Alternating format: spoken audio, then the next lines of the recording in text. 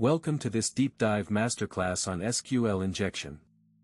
Despite being documented for over 25 years, SQL injection remains one of the most critical vulnerabilities on the web, consistently ranking at the top of OWASP security lists. When application code builds SQL statements using direct string concatenation, the database parser receives user input as structural syntax rather than literal data. Let us inspect what happens inside an attacker shell. In a classic authentication bypass, injecting quote or 1 equals 1 creates a mathematical tautology. Because 1 equals 1 evaluates to true for every single row, the query returns the first account in the table, which is almost always the administrator.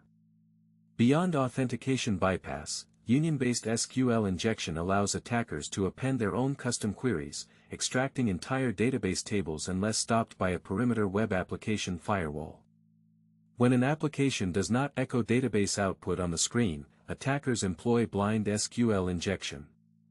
By measuring sleep delays or Boolean error states, they can reconstruct databases character by character. Second-order SQL injection occurs when malicious payloads are safely stored into the database initially, but later executed when an internal background worker or admin reporting dashboard queries the unsanitized stored field.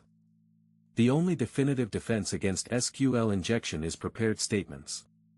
When using parameterized queries, the database engine compiles the query abstract syntax tree before binding the parameters.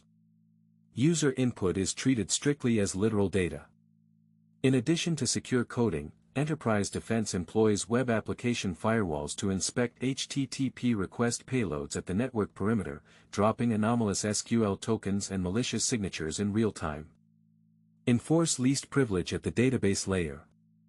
Application service accounts should never connect with superuser privileges, and should be restricted to select, insert, and update permissions exclusively on their designated tables.